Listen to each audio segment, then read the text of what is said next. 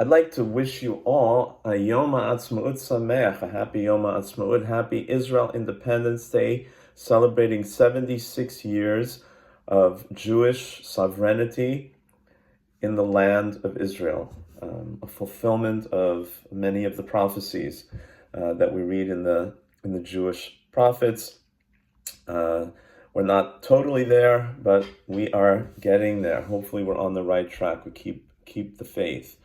But I'd like to talk about one misconception that's really very, very dangerous for Israel, and that's the entire understanding of the Palestinians.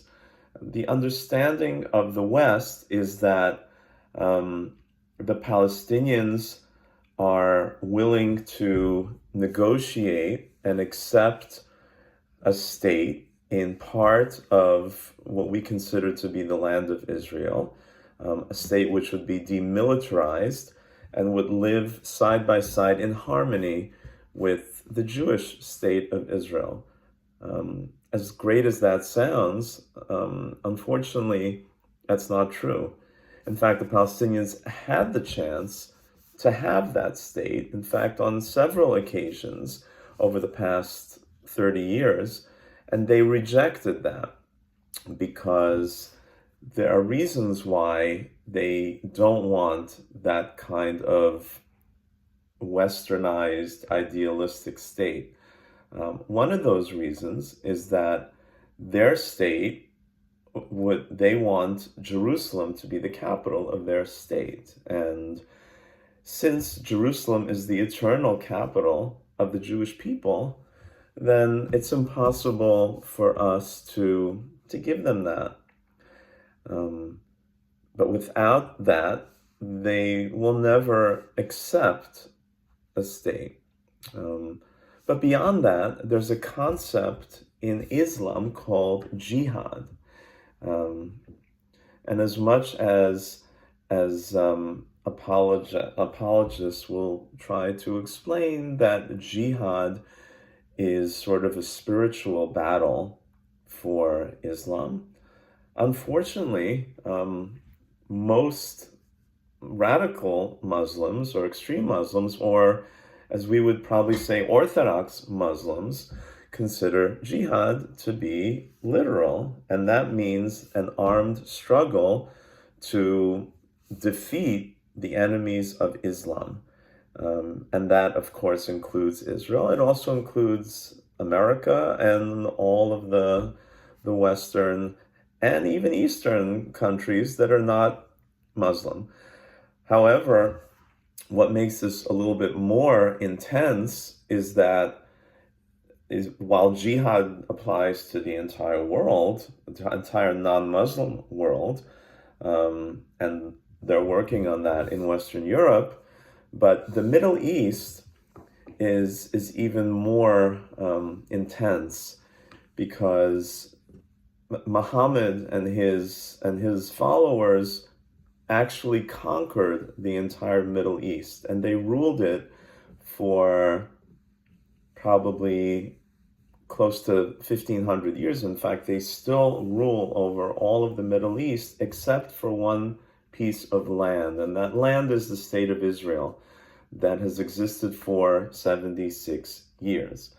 So for the last 76 years, Islam, as represented by the Arab states of the Middle East, have been on a jihad to destroy the Jewish state and kick the Jews out into the sea. Although they might let us live there as second-class citizens, as they did for hundreds of years in their own countries before kicking us out. So this jihad is a religious principle. It goes way beyond any sort of Western type of ideology that can be modified and compromised. And therefore, the Palestinians can't compromise, because they'd be compromising on their religious principles and their nationalistic principles, which sort of come together. Now, you might say that, well, the Palestinians aren't radical Islamists. not like Hamas or the Islamic Jihad. Unfortunately, especially now, more than 80% of Palestinians surveyed, and these are ones living in West Bank, or as we call it, Judea and Samaria, support Hamas.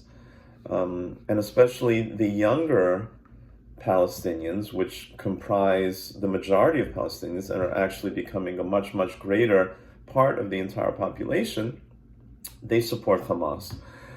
They support the ideology, and they are becoming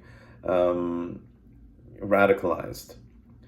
And they can't, therefore, they cannot accept a Palestinian state in only a portion of what we call the land of Israel that is demilitarized, defanged, cannot continue a jihad against the Jews who are ruling a part of the land that they consider to be Muslim, part of the Middle East.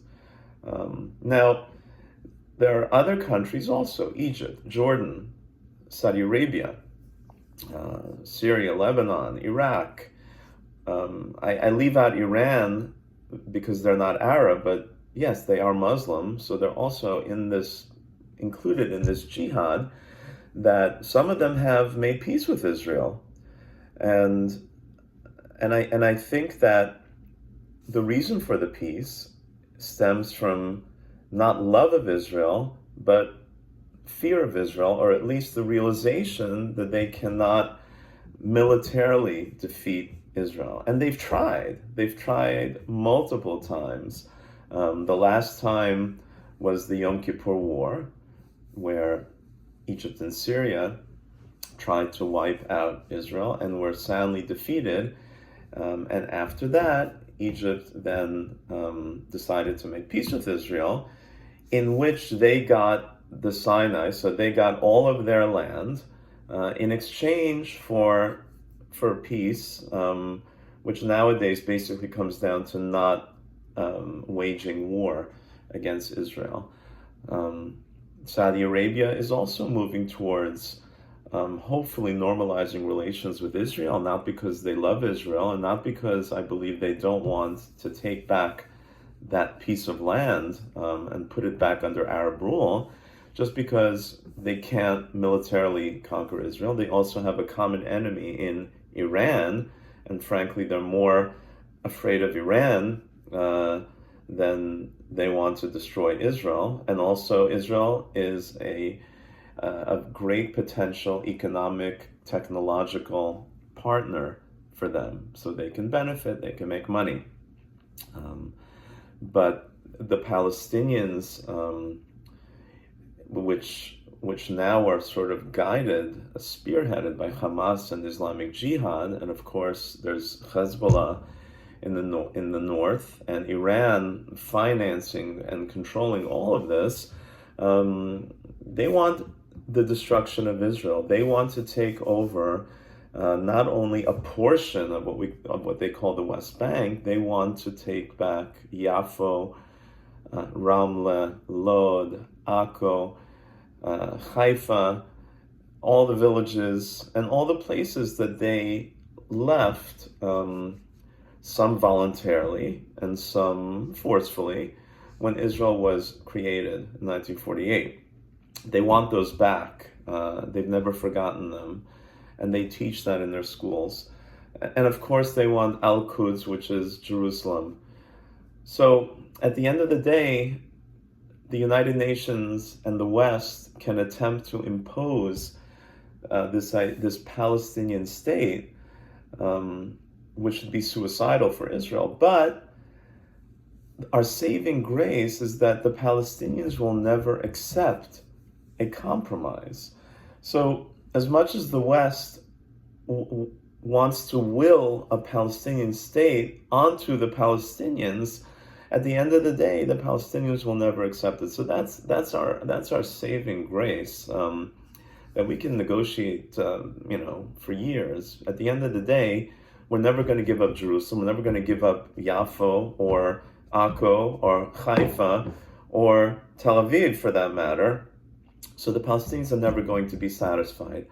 And if, God forbid, they do accept Palestinian state, that Palestinian state will very soon, shortly after, be taken over by Islamic Jihad, Hamas, or other sort of Islamic parts, and the Jihad will then continue with the benefit of them having borders and airports and weapons and ways and territory which is that much closer to wiping out to Israel. Now, will Israel be able to overcome that? Of course we will, because this is our destiny. Our destiny is to be in the land of Israel, ruling over that land, governing over that, and the Palestinians are welcome to be a part of that, and to live there in peace, like the Arab Israelis who live and are citizens of Israel and have a great life, and frankly don't want Hamas or Islamic Jihad or some sort of Palestinian state. They want to live in Israel.